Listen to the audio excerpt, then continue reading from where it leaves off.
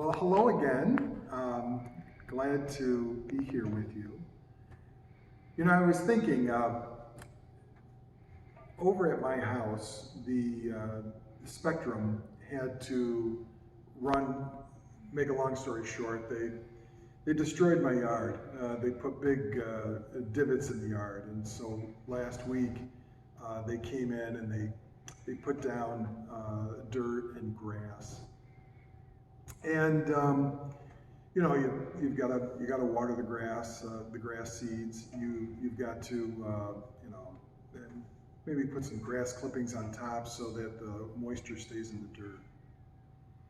But I thought that it was a great it's a great illustration of what we're going through right now with this COVID-19. You know, all of life is a gradual process of development. And just like that grass, and it's seed right now, and it's going to take some time for it to grow.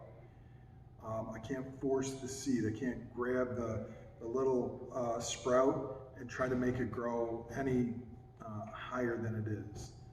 I can only just be patient with it and to nurture it.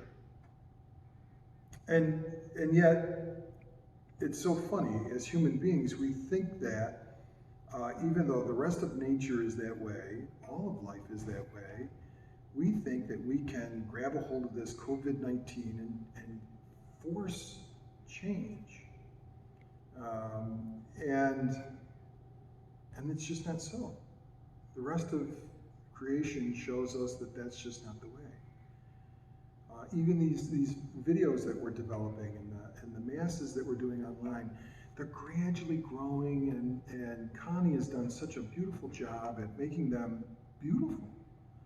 And so it's taking time to grow that.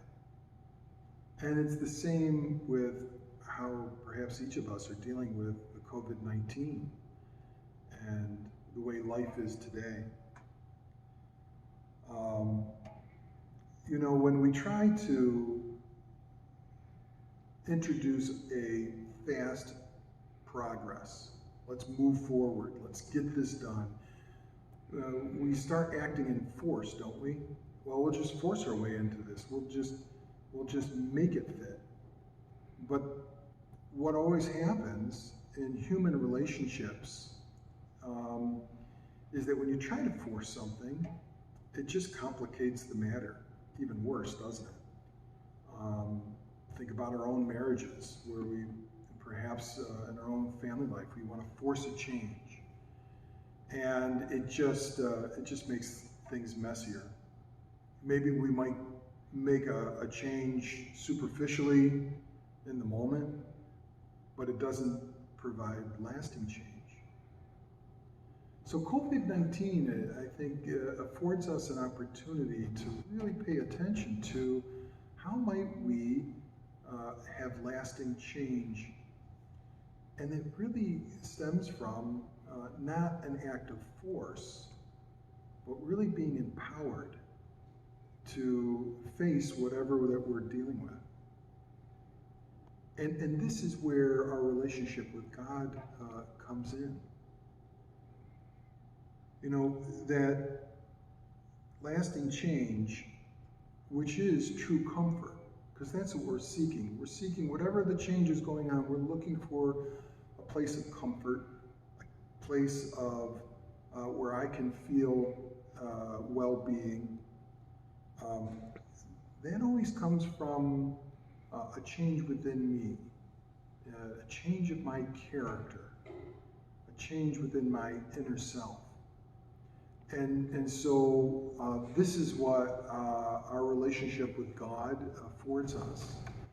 And it's our practices, our Catholic practices, help us to get in tune, to pay attention to what's going on in our hearts and minds so that we can build that character. So we want to stay rooted in prayer and to have this extra time. My wife and I are watching all kinds of movies from the 1930s and the 1940s, and that's fun. But having the extra time of not having to travel is to set aside that time for prayer and to bring in each person into our life in our prayer. I'm sure if you are a parishioner, you've heard me talk many times about the fruit of the Spirit and how that is sequential. The fruit of the Spirit, Galatians chapter 5, verses 22 and 23, love, joy, peace, patience, gentleness, kindness, goodness, perseverance, and self-control, right? But what those are, they're progressive. We can't force self-control and have it last. It begins with love. That once we know that we are loved, once we can operate from love, we experience joy in being love. And then out of that joy, because we're joyful, we experience peace. And then because we're naturally at peace, we're able to have patience. Patience with others, patience with ourselves. And then that enables us to do things that are kind and gentle and good.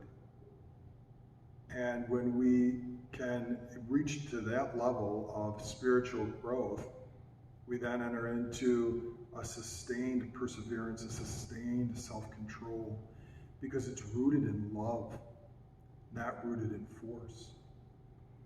Where, well, we'll just make this happen. Have some self-control. Now on top of it, be patient. Now on top of being patient, you should be happy about being patient. And on top of it all, you should just be loving to everyone. Going down that way just doesn't work. Well, going the other way, it does work. So that's what we're called to be, is to be love. And how do we do that? We get in touch with the God who is love. And that happens through prayer. And it happens with looking deep within us and saying, how might I be loved to myself? How might I be loved to the people around me?